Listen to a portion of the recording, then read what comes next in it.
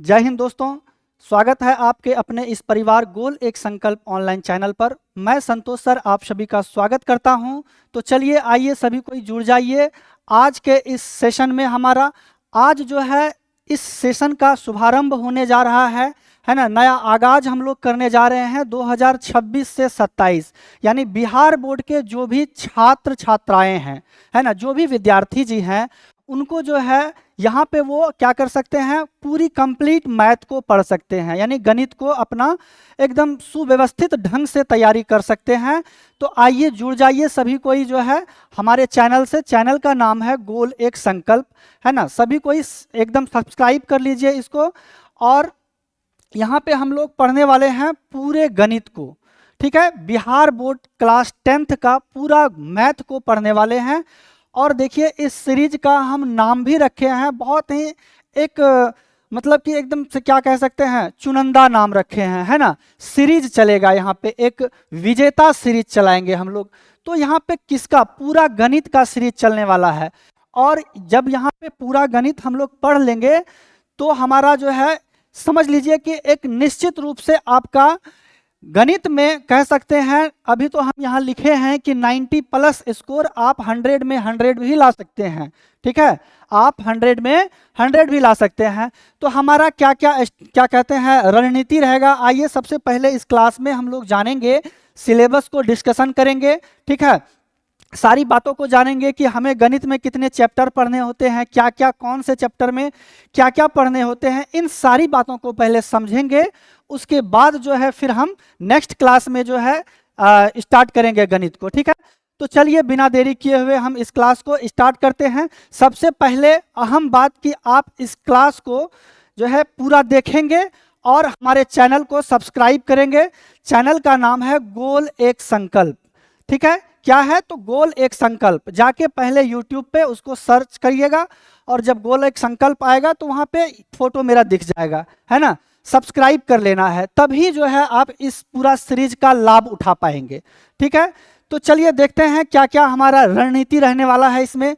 तो सबसे पहला क्या होगा, हमारा एग्जाम पैटर्न क्या होने वाला है जानेंगे, ठीक है। एग्जाम पैटर्न क्या होने वाला है, हमें स्टडी मटेरियल मिलेगा यहाँ पे, है ना। स्टडी मटेरियल मिलेगा, क्या स्टडी प्लान होगा हमारा, हम उन सारी बातों को भी इस क्लास में जानेंगे।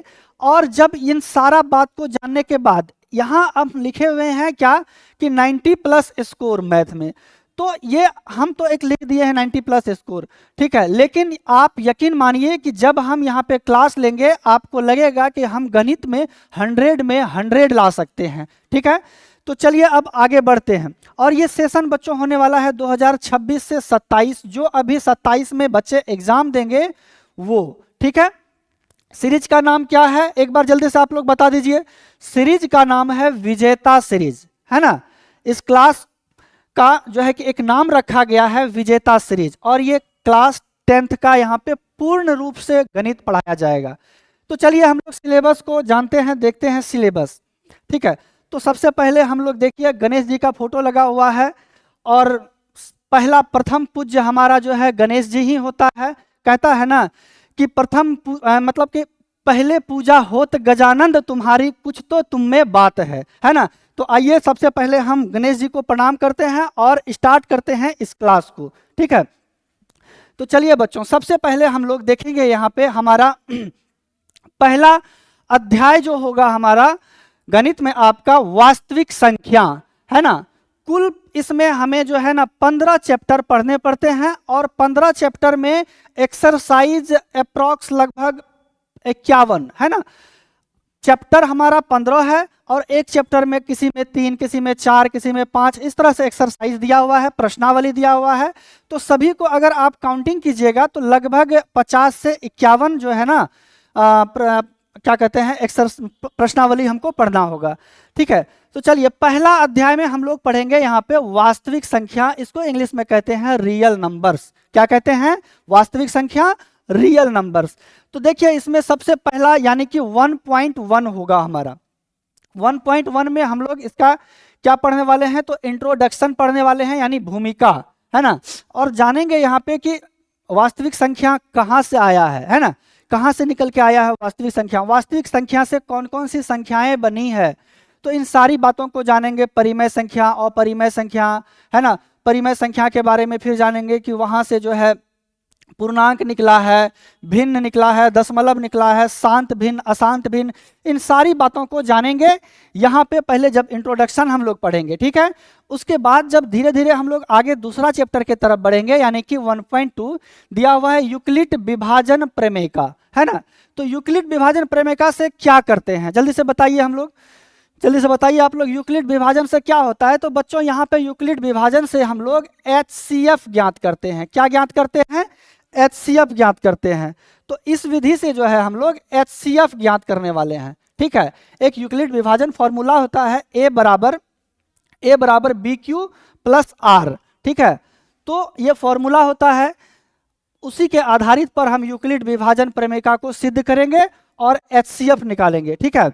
और आगे हमारा चैप्टर 1.3 होगा अंक गणित के आधारभूत प्रमेय। मतलब इसमें बताया जाएगा क्या कि कैसे जी शांत दशमलव है, भिन्न दे दिया जाएगा आपका कि कौन सा भिन्न शांत है, कौन सा भिन्न अशांत है, ये वाला जो है हम इस चैप्टर में पढ़ेंगे, ठीक है। तो जब हम इस चैप्टर को स्टार्ट करेंगे तो जानेंगे, तो यानी कि हम क्या देखें कि वास्तविक संख्या अध्याय जो हमारा 1 है, इसमें कुल हमें जो है ना 3 चैप्टर यानी कि प्रश्नावली 1, 2, 3 पढ़ना है ना। 3 चैप्टर, पहला अध्याय में हमें 3 चैप्टर पढ़ेंगे, ठीक है। चलिए आगे बढ़ते हैं, देखते हैं दूसरा अध्याय क्या है। अध्याय दूसरा, ठीक है, बहुपद यानी पॉलिनोमियल्स। अध्याय दूसरा क्या है? बहुपद यानी पॉलिनोमियल्स। पॉलिनोमियल्स, सबसे पहले पॉलिनोमियल्स बहुपद का हम परिभाषा जानेंगे कि बहुपद क्या है ना, बहुपद किसे कहते हैं, तो इनके बारे में जानेंगे। उसके बाद देखिए हम फिर क्लासिफिकेशन ऑफ पॉलिनोमियल्स यानी कि बहुपद का वर्गीकरण करेंगे, है ना, कि एक घात बहुपद, द्विघात बहुपद, त्रिघात बहुपद, इस तरह से जानेंगे।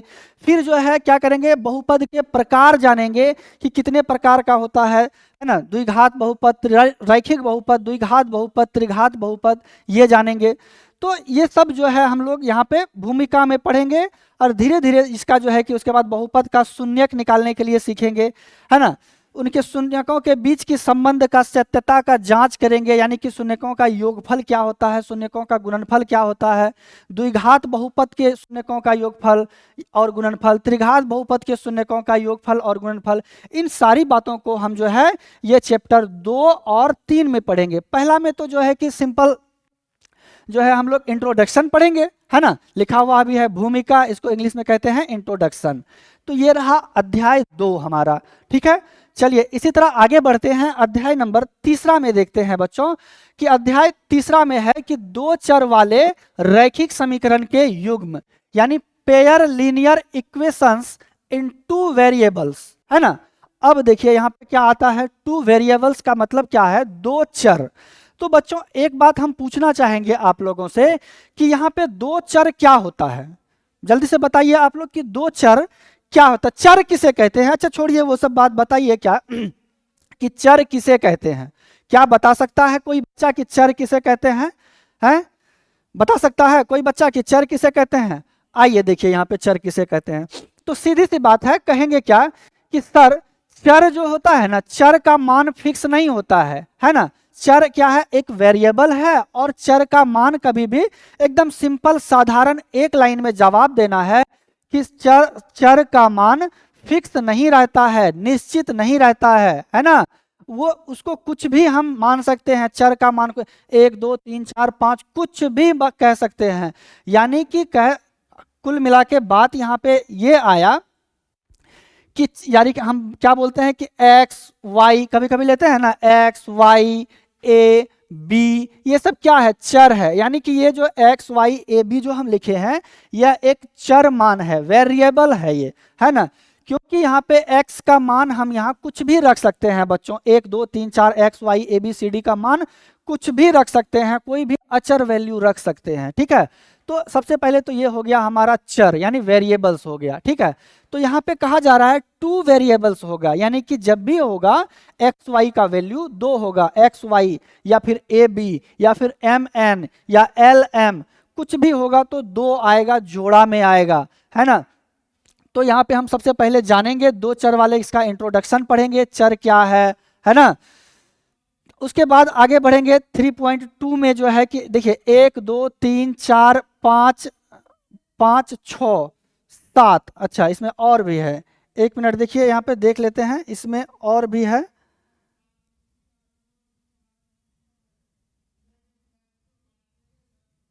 हाँ ये देखिए 1 2 3 4 5 6 7, कुल मिला के हम इसमें जो है ना 7 चैप्टर पढ़ने वाले हैं। यहाँ पे नंबरिंग थोड़ा सा गलती हो गया है, 3.3 3.4 3 पॉइंट यहाँ 5 हो जाएगा, 3 पॉइंट यहाँ पे बच्चों 5 हो जाएगा, है ना।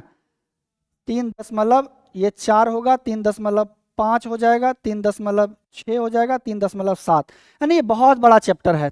अध्याय तीसरा जो है हमारा, कुल मिला के इसमें तीसरा अध्याय में कुल 7 चैप्टर हम लोग पढ़ेंगे, 3.1 से लेकर के 3.7 तक। ठीक है, जानेंगे इसमें प्रतिस्थापना विधि से कैसे हल किया जाता है, विलोपन विधि को सीखेंगे, व्रज गुणन विधि सीखेंगे। ये सारा बात जब हम चैप्टर पे जाएंगे तो वहाँ पे बहुत ही बेहतरीन ढंग से आपको समझाया जाएगा। ठीक है, तो कुल मिला के सिर्फ जानना था यहाँ पे कि 2 चर वाले रैखिक समीकरण, ये हमारा अध्याय तीसरा है। और ये चर क्या होता है, बहु और अचर क्या होता है, इन बातों को हम बताए पूर्ण रूप से हम जब चैप्टर स्टार्ट करेंगे तो वहाँ पे एकदम पूरा विस्तार रूप से बताएंगे, निश्चिंत रहिए आप लोग। अभी जल्दी जल्दी हम लोग देख लेते हैं कि कौन कौन सा चैप्टर हमें पढ़ना होता है। तो ठीक है, सबसे पहले चैनल को आप लोग सब्सक्राइब करेंगे, चैनल का नाम है गोल एक संकल्प, है ना। जाइए और सब्सक्राइब कीजिए, तभी आप जो है इस चैनल का पूर्ण रूप से जो है लाभ उठा पाएंगे। जो भी गणित के जो भी 10th के छात्र छात्रा हैं, विद्यार्थी जी हैं, जाइए सब्सक्राइब कीजिए चैनल को। और पूरा मैथ जो है हम यहाँ पे इस सीरीज में पढ़ाने वाले हैं, सीरीज का नाम है विजेता सीरीज। ठीक है, इस सीरीज में जो है एकदम पूरा फ्री रहेगा, यूट्यूब पे पूरा रूप से फ्री रहेगा, आप लोग यहाँ से पूरा गणित एकदम बेहतरीन ढंग से पढ़ सकते हैं। ठीक है, चलिए आगे बढ़ते हैं, देखते हैं अध्याय चौथा। अध्याय क्या है हमारा, 4 द्विघात समीकरण, क्वाड्रेटिक इक्वेशन। इंग्लिश में क्या कहते हैं इसको बच्चों, क्वाड्रेटिक इक्वेशन, द्विघात समीकरण। ठीक है, देखिए द्विघात समीकरण क्या होता है, थोड़ा सा इसको हम बता देते हैं। यहाँ पे द्विघात वैसा समीकरण जिसका सबसे बड़ा पावर क्या हो, 2 हो, नाम में ही छिपा हुआ है द्विघात, यानी जिसका घात क्या हो, 2 हो। घात क्या होता है, पावर, घात को इंग्लिश में कहते हैं पावर। जैसे अभी हम यहाँ पे लिखे ax² plus bx plus c बराबर 0, तो ये इसको क्या हम द्विघात समीकरण बोल सकते हैं। तो कहेंगे आप लोग जी सर, इसको हम द्विघात समीकरण कह सकते हैं, क्योंकि जो यहाँ पे इक्वेशन दिया हुआ है इसका सबसे बड़ा पावर 2 है। अगर यहाँ पे एक दूसरा इक्वेशन हम लिखे, यानी कि समीकरण लिखे कि ax पर पावर 3 प्लस bx² प्लस सी एक्स प्लस डी बराबर 0, ठीक है, तो क्या हम इसको द्विघात बोल सकते हैं। तो आप कहेंगे सर नहीं, इसको हम द्विघात नहीं बोल सकते हैं। तो देखिए, क्योंकि पावर इसमें 2 तो है, लेकिन 2 से बड़ा पावर क्या है, 3 भी है।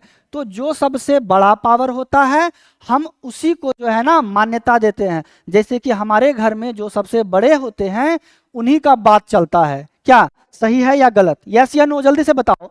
कि जो हमारे घर में जो बुजुर्ग आदमी होता है वही मेन मुखिया होता है। तो यहाँ पे देखो टावर, यहाँ पे 1 भी है, 2 भी है, 3 भी है, तो सबसे बड़ा पावर क्या है, 3। तो बाबू हम इसको क्या कहेंगे, त्रिघात कहेंगे, ना कि द्विघात कहेंगे। ये वाला को हम क्या कहेंगे, द्विघात, क्योंकि इसका समीकरण में क्या है, सबसे बड़ा पावर यानी घात क्या है, 2 है। तो हम जानेंगे यहाँ पे कि द्विघात समीकरण किसे कहते हैं, उसको हल करने का विधि को जानेंगे। द्विघात समीकरण का एक फॉर्मूला भी होता है, x² बराबर द्विघात समीकरण का फॉर्मूला होता है x² minus alpha plus beta x, ठीक है, alpha plus beta x plus alpha into beta, यह एक फॉर्मूला होता है द्विघात बहुपद का कह सकते हैं, या फिर द्विघात समीकरण का भी इसके स्ट्रक्चर में इसको लिख सकते हैं। या यहाँ पे द्विघात समीकरण को सॉल्व करने के लिए एक फॉर्मूला आता है हमारा, देखिए यहाँ पे एक फॉर्मूला आता है -b plus minus root under b² minus 4ac बटे 2a, है ना। ये फॉर्मूला आता है, ये द्विघात समीकरण बराबर होता है, द्विघात समीकरण, ठीक है, द्विघात समीकरण बराबर फॉर्मूला होता है।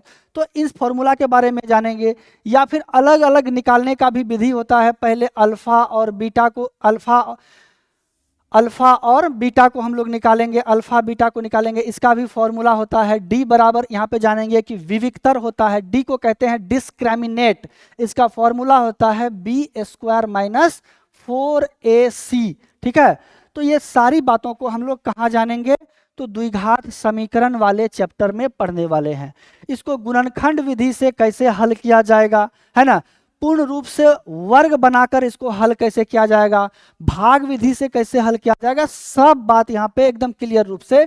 अब यहाँ पे देख लीजिए कि क्या देखना है, मेन बात कि कितना चैप्टर, अध्याय 4 में 4.1, 4.2, 4.3 और 4.4, यानी कुल मिलाकर 4 चैप्टर पढ़ेंगे। यहाँ पे चौथा में देखिए 4 चैप्टर दिया हुआ है। ठीक है, चलिए आगे बढ़ते हैं। वीडियो को थोड़ा सा ज़्यादा लंबा नहीं करेंगे, जल्दी शॉर्टकट में इसको ख़त्म करते हैं और नया जो है हम लोग एकदम क्लास स्टार्ट करेंगे। और जानेंगे यहाँ पे ये भी किस चैप्टर में जो है ना हमारा सबसे महत्वपूर्ण कौन सा चैप्टर है, तो वो बाद में हम बताएंगे आपको। ठीक है, देखिए 5वां अध्याय क्या है, 5वां अध्याय है समांतर श्रेणी, है ना, अर्थमेटिक प्रोग्रेशन। ठीक है, तो समांतर श्रेणी, तो बच्चों समांतर श्रेणी क्या होता है, सबसे पहले तो यहाँ पे हम लोग 5.1 में इसका भूमिका यानी इंट्रोडक्शन जानने वाले हैं, है ना। 5.1 में क्या, इसका भूमिका यानी इंट्रोडक्शन पढ़ेंगे। समांतर श्रेणी क्या होता है, तो बच्चों समांतर श्रेणी होता है कि आप लोग पढ़े होंगे कि जैसे कोई नंबर का सीरीज हम आप लोगों को देते हैं। ठीक है, सीरीज दे दिया क्या, 1 3 1 3 5 7 9, इसी तरह ये चलता रहेगा। तो क्या आप आगे बता सकते हैं कि आगे इसका श्रेणी कैसा चलेगा, आगे जो नंबर होगा, तो आप कहेंगे जी सर हम बता सकते हैं। ये देखिए 1 के बाद 3 आया यानी 2 का अंतर है, 3 के बाद 5 आया यानी 2 का अंतर है, 5 के बाद 7 आ गया 2 का अंतर है। अब देखिए 7 के बाद क्या आ गया, क्या कहते हैं 9 आ गया। ठीक है, तो ये भी 2 का अंतर है। तो ये कैसा चल रहा है, समान समान जो है ना अंतर पे चल रहा है ना, समान समान अंतर है, इसका श्रेणी कैसा है, समान अंतर। तो कह सकते हैं इधर से फिर क्या हो जाएगा, 2 बढ़ जाएगा तो 11 हो जाएगा, सर फिर 2 बढ़ा देंगे तो 13 हो जाएगा। ठीक है, पहला बात ये जानेंगे।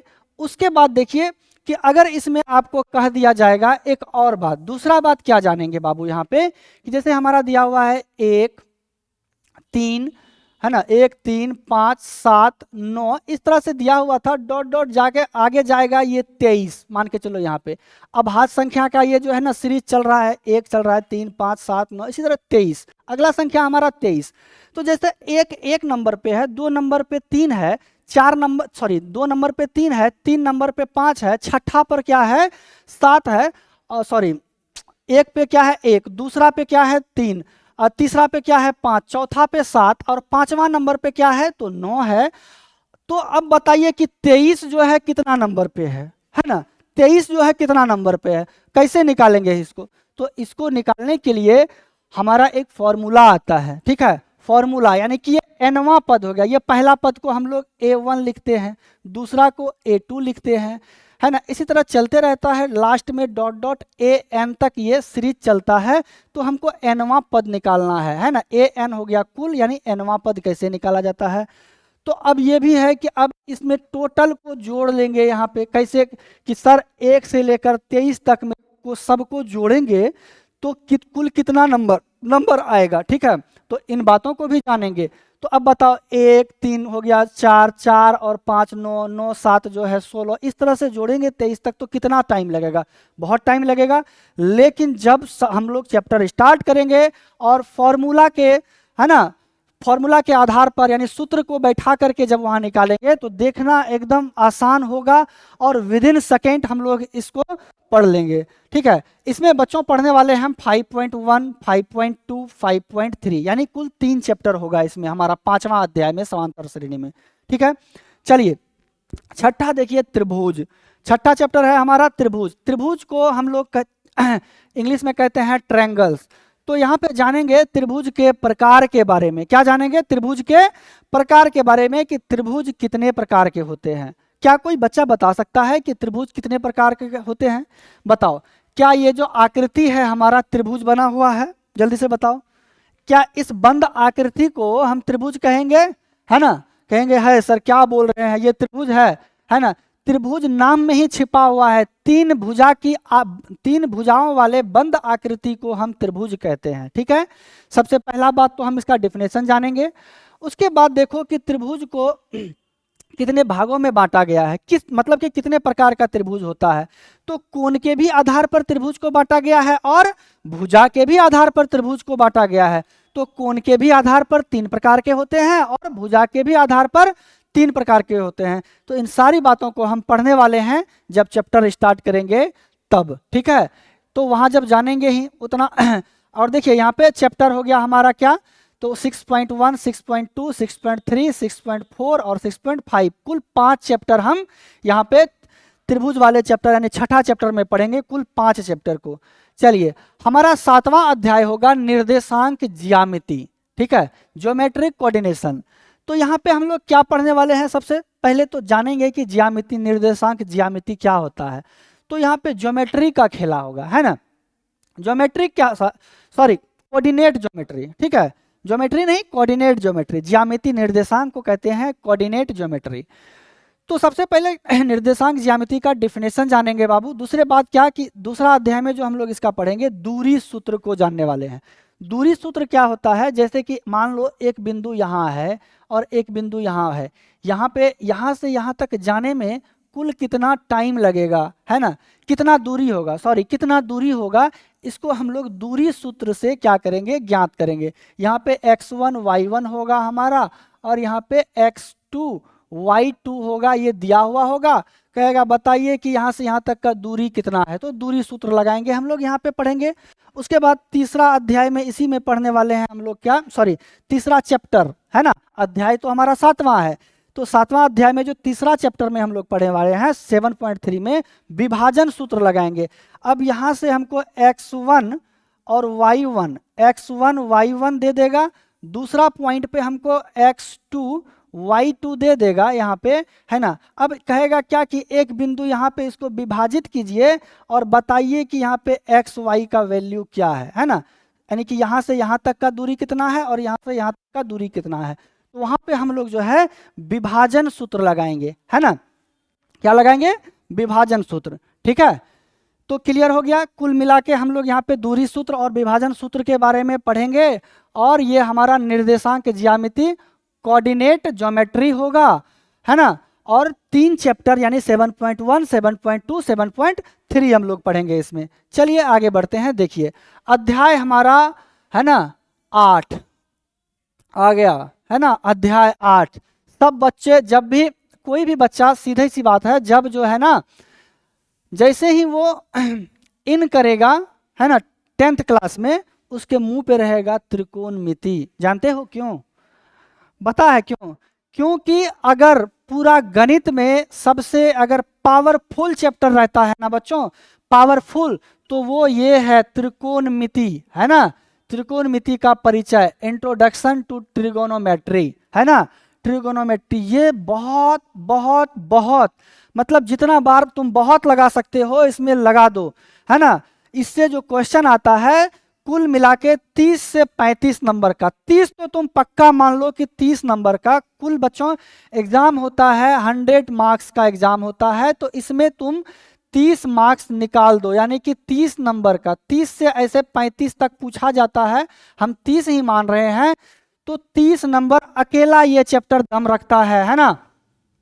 यहां से क्वेश्चन पूछे जाते हैं और जब पढ़ाएंगे तुम लोगों को तो वह यकीन मानो कि चैप्टर जो है ना तुमको मुंह पे रहेगा, एकदम लगेगा क्या कि सर मतलब सबसे मजा आएगा इस चैप्टर में पढ़ने में, है ना, त्रिकोणमिति के बारे में। और त्रिकोणमिति में बच्चों हम लोग पढ़ेंगे एक त्रिभुज होता है, जैसे त्रिभुज के बारे में वहां बताए थे कि त्रिभुज 3 प्रकार के होते हैं, तो उसी में से एक प्रकार होता है समकोण त्रिभुज, है ना। समकोण त्रिभुज होता है, तो समकोण त्रिभुज के ही आधार पर ये पूरा त्रिकोणमिति जो है समकोण त्रिभुज के आधार पर ही चलेगा, आधारित है। और जानेंगे कि इसमें कि कर्ण क्या है, लंब क्या है ना, आधार क्या है, और कहाँ पे थीटा रखेंगे तो कौन सा भुजा लंब होगा, कौन सा आधार होगा, कर्ण फिक्स रहेगा, ये सब बातों को जानेंगे। और क्या त्रिकोणमिति में पढ़ने वाले हैं जल्दी से बताओ। तो बच्चों त्रिकोणमिति में हम लोग जो है ना पढ़ने वाले हैं साइन थीटा के बारे में, है ना, कॉस थीटा के बारे में पढ़ने वाले हैं।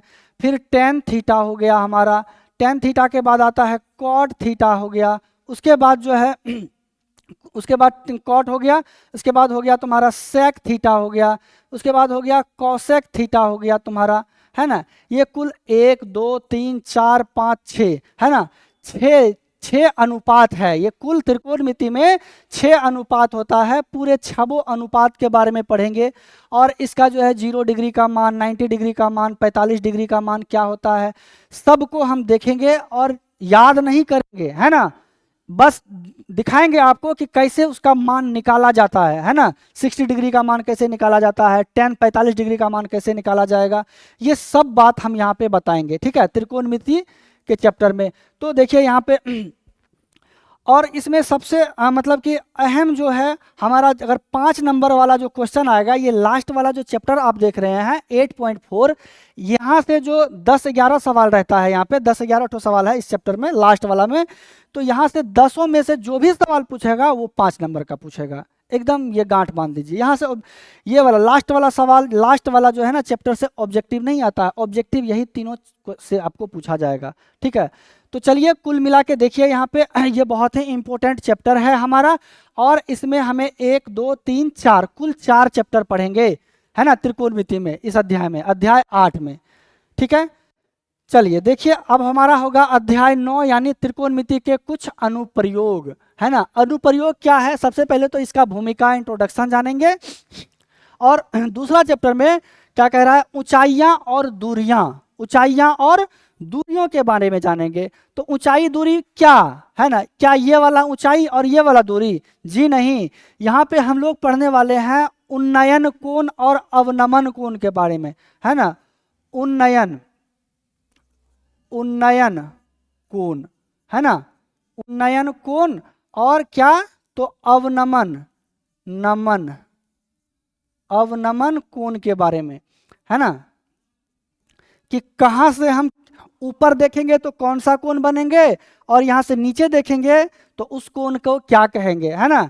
तो जल्दी से आप लोग जो है ना कमेंट में बताइएगा कि क्या हम, जब हम ऊपर देखेंगे, यानी कि ऊपर वाली खिड़की पे जब कोई रहेगी तो वहाँ देखेंगे तो कौन सा एंगल बनेंगे, और जब नीचे वाला जो है, नीचे में अगर हम ऊपर में है, नीचे से कोई जा रही है तो नीचे देखेंगे तो कितनी, मतलब कि कौन सा कोण बनेगा, जल्दी से आप लोग कमेंट में बताइएगा, ठीक है। चलिए तब तक हम लोग आगे बढ़ते हैं। यहाँ पे हम लोग उन्नयन और अवनमन कोण के बारे में जानेंगे, ठीक है। देखिए अध्याय हमारा अब क्या है, तो 10वां, यानी वृत्त, सर्कल। तो बाबू इसमें जानेंगे कि वृत्त किसे कहते हैं, ठीक है, इंट्रोडक्शन में समझेंगे वृत्त किसे कहते हैं, वृत्त की परिधि क्या होती है, वृत्त की त्रिज्या क्या होता है ना, और वृत्त पर कितने स्पर्श रेखाएं खींची जाती है, ये सारा बात जो है हम वृत्त वाले चैप्टर में पढ़ेंगे। और कुल 2 चैप्टर इसमें है, छोटा सा चैप्टर है वृत्त वाला और बहुत ही प्यारा चैप्टर है। तो ऐसे भी जो छोटा चैप्टर होता है ना, वो छोटा, हमारे घर में जो छोटा होता है ना वो बहुत प्यारा होता है कि नहीं है, जो हमारे घर में सबसे छोटे होते हैं वो बहुत प्यारे होते हैं। तो ये बहुत प्यारा सा चैप्टर है, पढ़ेंगे तो मजा आ जाएगा, ठीक है। कुल 2 इसमें चैप्टर है अध्याय 10 में। देखिए अध्याय 11 रचना, ये भी एक छोटा सा चैप्टर है, रचना, कंस्ट्रक्शन, है ना, कंस्ट्रक्शन। पहले तो इसका इंट्रोडक्शन जानेंगे, उसके बाद रेखाखंड का विभाजन सीखेंगे कि ये रेखा, कोई रेखा दे देंगे तो इसका हम इसको बराबर भागों में कैसे बांट सकते हैं, है ना। तो इस चीज़ों को लाइन सेगमेंट इसको कहा जाता है, sorry, division of line segment.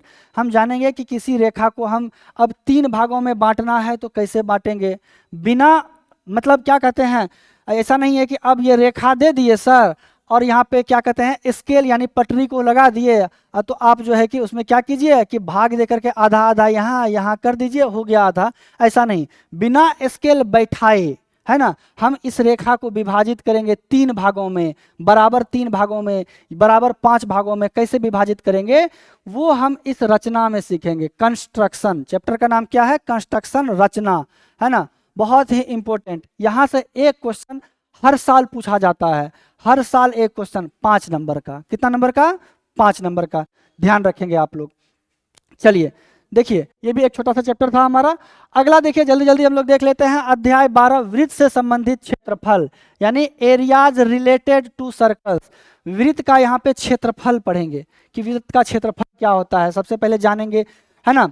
उसके बाद देखिए वृत्त का परिमाप क्या होता है, क्षेत्रफल क्या होता है, इसकी समीक्षा करेंगे, है ना। त्रिज्यखंड यानी वृत्त में जो है कि और एक चीज पढ़ेंगे इसमें, देखिए यहाँ पे जैसे कि हमारा वृत्त क्या होता है, ये सर्कल वृत्त है। अब यहाँ पे इस बिंदु को क्या कहेंगे, तो केंद्र कहेंगे। अब यहाँ से एक रेखा इधर गया और एक रेखा इधर गया, तो ये वाला जो भाग है इसको कहते हैं बाबू त्रिज्यखंड, इसको कहते हैं लघु त्रिज्यखंड, इसको कहते हैं हम लोग लघु त्रिज्यखंड, त्रिज्यखंड, है ना। और ये वाला जो भाग है इसको कहते हैं हम लोग दीर्घ त्रिज्यखंड। क्या कहते हैं, दीर्घ त्रिज्यखंड, दीर्घ त्रिज्यखंड। तो जानेंगे यहाँ पे कि लघु त्रिज्यखंड का क्या फॉर्मूला होता है, दीर्घ त्रिज्यखंड का क्या फॉर्मूला है, इसका क्षेत्रफल कैसे निकालेंगे, या फिर पूरे वृत्त का क्षेत्रफल कैसे निकालेंगे। इन सारी बातों को हम लोग यहाँ पे एकदम बढ़िया से डिस्कस करेंगे, है ना। ये भी चैप्टर बहुत प्यारा चैप्टर है। तो देखिए इसमें कितना हो गया, तो 12.1, 12.2, 12.3 यानी कि 3 चैप्टर। अध्याय 12 में भी हम लोग 3 चैप्टर पढ़ेंगे, ठीक है। चलिए देखिए अध्याय 13 में बच्चों हम लोग पृष्ठीय क्षेत्रफल और आयतन पढ़ने वाले हैं, ठीक है। अध्याय 13 में हम लोग पृष्ठीय क्षेत्रफल और आयतन, यानी कि पृष्ठीय क्षेत्रफल और आयतन किसका होता है, जल्दी से बताइए किसका निकाला जाता है पृष्ठीय क्षेत्रफल आयतन। 3D डायमेंशनल, है ना। 3D फिगर, 3D फिगर क्या होता है, 3D डायमेंशनल, यानी कि हम लोग कहेंगे क्या वर्ग का बताओ, क्या वर्ग का जो है आयतन निकाला जाता है, क्या त्रिभुज का आयतन निकाला जाता है। तो आप कहेंगे सर ये इसका आयतन नहीं निकाला जाएगा, क्यों, क्योंकि ये 2D फिगर है, इसको बोलते हैं 2 डायमेंशनल फिगर, है ना। अगर हम बोले क्या, है ना, अगर आपसे पूछे क्या कि क्या बताओ कि ये घन हो गया, है ना, घन, इसका नाम क्या है, घन, क्या इसका आयतन निकाल सकते हैं, है ना। तो आप कहेंगे जी सर इसका हम आयतन निकाल सकते हैं, क्योंकि ये ठोस आकृति है, घन हो गया, घनाभ हो गया, है ना, घन हो गया, घनाभ हो गया, या फिर स्फेयर गोला हो गया, है ना, बेलन हो गया। इसका हम क्या करते हैं, इस सबको कहते हैं 3 डायमेंशनल फिगर। इसका हम जो है ना ये ठोस आकृति वाले, है ना, क्या होते हैं, फिगर होता, ठोस आकृति होता है इसका हम पृष्ठीय क्षेत्रफल निकालते हैं, इसका हम आयतन निकालते हैं, है ना। तो ये सब बातें हम लोग यहाँ पे इस चैप्टर में जो है, सीधी सी बात समझिए कि 3D फिगर को हम लोग पढ़ेंगे, 3D फिगर को, ठोस आकृति वाले फिगर को, है ना। जैसे कि हो गया तुम्हारा घन हो गया, घनाभ हो गया, बेलन हो गया, है ना, गोला हो गया, ये सबको, शंकु हो गया, ये सब को हम लोग यहाँ पे पढ़ेंगे, ठीक है। और यहाँ पे चैप्टर कितना, 1, 2, 3, 4 चैप्टर है ना। ये पृष्ठीय क्षेत्रफल और आयतन वाले चैप्टर में, अध्याय नंबर 13 में कुल मिला के 4 चैप्टर, ठीक है, ध्यान रखिएगा। चलिए देखिए अध्याय 14 सांख्यिकी अंतिम है ना। सांख्यिकी क्या है, स्टैटिक्स। बच्चों यहाँ पे स्टैटिक्स के बारे में जानेंगे, इसका इंट्रोडक्शन, ठीक है। उसके बाद जो है हम लोग माध्य पढ़ने वाले हैं, इसमें माध्यका, बहुलक, है ना, माध्यक, बहुलक, ये 3-4 चैप्टर है, 4 गो। बस इसमें हमको जानना है कि माध्यका, बहुलक, है ना, कि मान के चलो अगर तुम लोग 3 दोस्त है और तुमको जो है कि 50 गो टका दे दिए, बोले बराबर बराबर में बांट लो, तो कैसे बांटेगा इसको, तो हम लोग जानेंगे, है ना।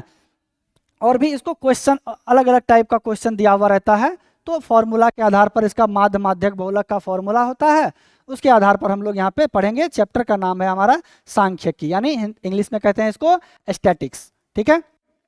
चलो अध्याय लास्ट है ना, और अंतिम अध्याय 15 प्रायिकता, इंग्लिश में कहते हैं इसको प्रोबेबिलिटी। क्या कहते हैं बाबू, प्रोबेबिलिटी, है ना।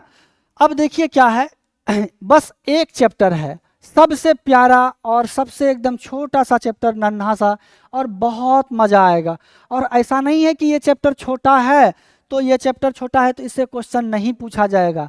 आप क्वेश्चन उठा के पहले देखिएगा, उसके बाद हमको कहिएगा, है ना। इससे बहुत क्वेश्चन पूछा जाता है ना, प्रायिकता से।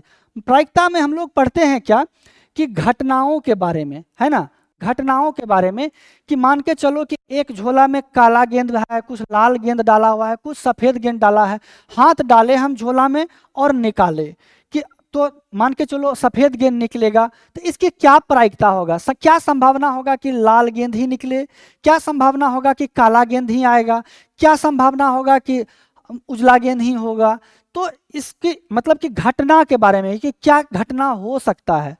इसके बाद हम लोग इसमें जानेंगे ताश के बारे में पढ़ेंगे, है ना। जब इस चैप्टर को पढ़ाएंगे ना, तो आप लोग इतना भरोसा रखिए कि मतलब मज़ा आएगा।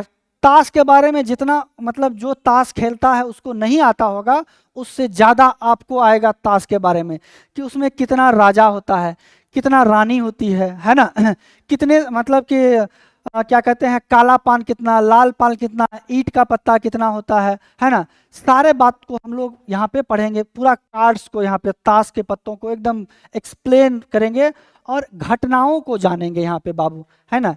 किसको जानेंगे हम लोग, इवेंट्स यानी घटना, कि क्या घटना घट सकता है ना, घटना घट सकता है।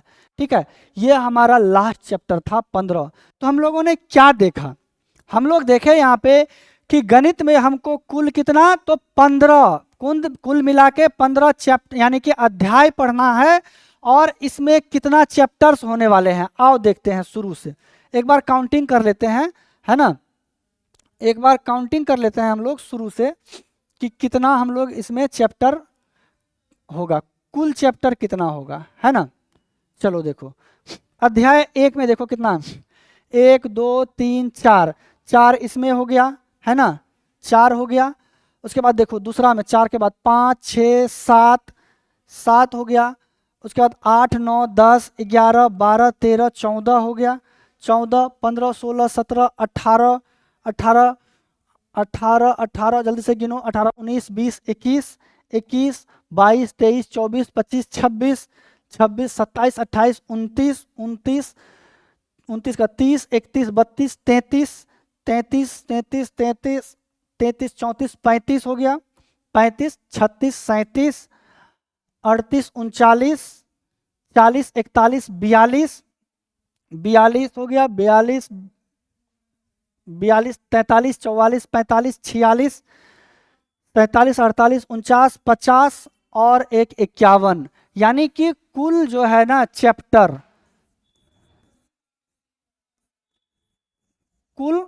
कुल चैप्टर है ना, टोटल है ना,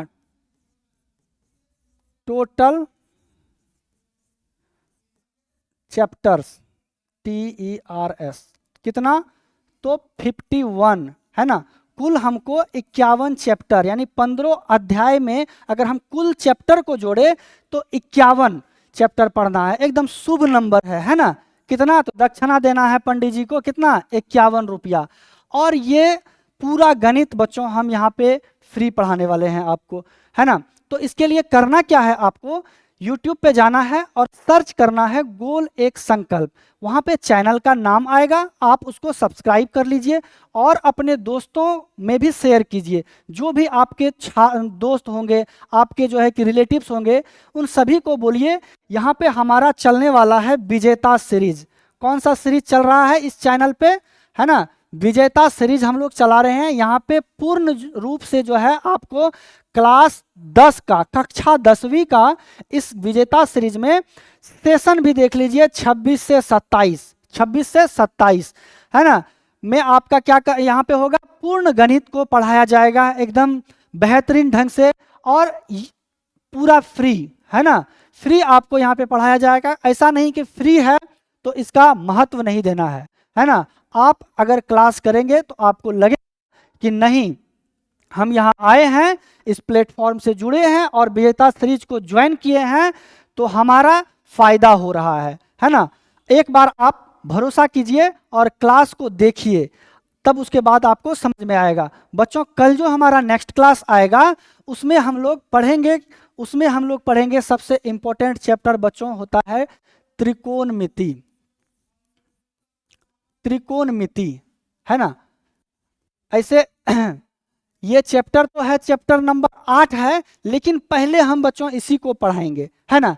क्यों पढ़ाएंगे? क्योंकि यहाँ पे 30 से 35 नंबर का क्वेश्चन पूछा जाता है ना, 30 से 35 नंबर का। अगर हम इसको कर लिए तो समझ लो कि तुम्हारा जो है ना पास मार्क्स इसी से काम चल जाएगा। ठीक है, तो आप लोग एकदम से जुड़ जा, कल से जो है कि एकदम रेगुलर रहना है ना, देखना है इस सीरीज को।